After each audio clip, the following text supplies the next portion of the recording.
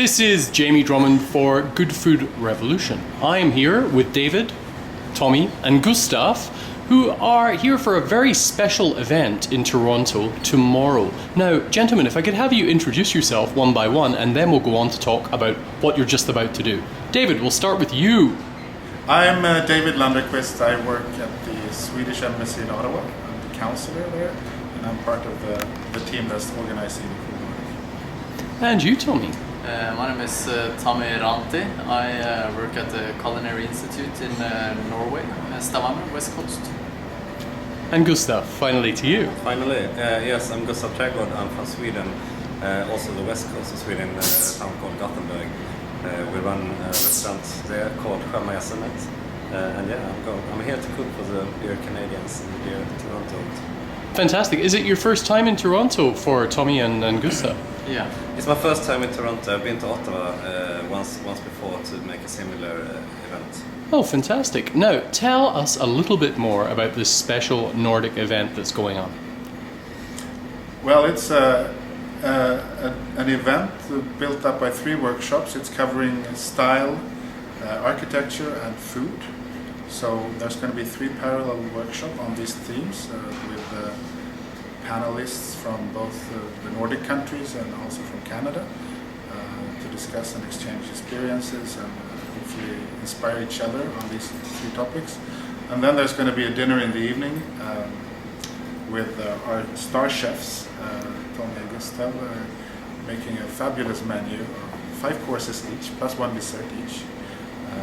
The whole purpose of the event is to showcase what the Nordic countries have to offer in these fields of food, style and fashion and architecture, and hopefully get some interaction and exchanges with the Canadian public and the Canadian industry as well. And Gustav, what will you be bringing to the table? What are your offerings from the wonderful canon that is Nordic cuisine? Yeah, we are. I got to write the menu second. And Tommy brought this one first. The restaurant that I represent is a fish and shellfish restaurant because we're just by the ocean in Gothenburg. Yes, yeah. But though Tommy has so many seafood courses in his menu, I had to focus a bit on the meat instead. But yeah, that's not a problem because if you work with fish and shellfish all the time, it's just fun to work with meat. So yeah, I'm having 1 course with sweetbreads. I'm having 1 course with tomato, 1 course with duck. Actually, there is. I really can't remember now. Reindeer? Reindeer, yeah, of course. Okay. From the other part of Sweden with lingon and licorice. Oh yeah. In Scandinavia, we eat a lot of licorice. And also, I make bread pudding of cinnamon buns for dessert. That sounds very tasty. And Tommy. Yeah, well, as Gustav said, I'm focusing mostly on the seafood, so I'm doing a lightly cured salmon dish with eggs and radishes and dill. I do a egg and asparagus course. I have halibut with peas in different varieties. It's rather ironic because almost all the fish and shellfish we get at Sjomagazinet in Gothenburg is from Norway. It's from Norway anyways. So it's quite in its order here that Tommy is cooking his own raw materials. Yeah. Now, speaking of raw materials, with regards to ingredients, did you bring some special things with you, or were you forced into purchasing everything from Canada? Forced. Someone else brought quite a few things in for us. Last time I was here, I just barely made it through the customs because I brought a few things with me. Oh yes, that's happened to me before, but not for the same reasons. Do that maybe. Yeah, we got airborne seafood from Norway today, so that was good. Oh, fantastic! Yeah, Fantastic. So we got it from we got the raw material from Scandinavia, the legal way this time. Yeah. It feels a bit more comfortable. Now, when one speaks of Nordic cuisine, I always find that term kind of interesting because Nordic cuisine captures the cuisine of so many different countries and so many different styles of regional cooking within those countries. What does Nordic cuisine mean to the 3 of you? For you first, David.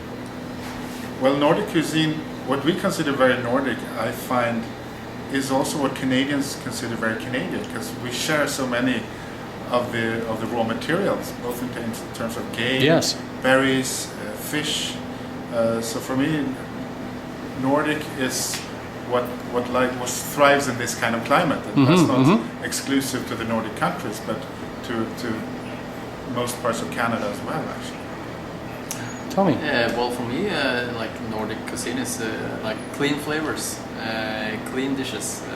A carrot should taste like a carrot, and a dill should taste like a dill, etc. So it's like simplicity in a refined way.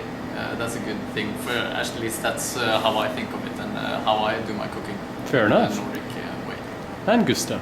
Yeah, in Sweden we have quite a gastronomic history, though it might not be the best history in the world. But we have quite a few dishes that's made for quite a few hundreds of years, and we kind of evolved them to fit 2014 in a good way at restaurants. So that's the modern Swedish and Scandinavian cuisine. Evolved traditional food. In France, for example, they are bound to the tradition so hard, so they can't evolve anymore. But in Sweden, we are not that bound to tradition. Right, so, right. So we are allowed to evolve the courses. To play with traditions, basically. And that is quite a lot of our creativity comes from this. So we have the traditional dishes that we evolve. And you can see that in many of the courses that we're going to do tomorrow. It's a very good example of that. You know, we take something that's so traditional and we do it new style. You know how it should fit in the new Nordic cuisine. So it's a good example. The food evolution has been going on for quite a few hundred of years. You should really listen to it because things are as they are because of something, and that is because it's good. Yeah. In all times we like to eat and drink good food and drinks. Although it's been very prestigious in rest of Europe, but in Scandinavia it hasn't been for maybe the prestigious thing came like 30 years ago in Scandinavia. In France, for example, it's been there for 1,000 years or something. Why do you feel Nordic cuisine is getting such attention globally right now? I mean, with the obvious attraction of Chef Redzepi in Copenhagen, why do you believe it to be so in vogue right now?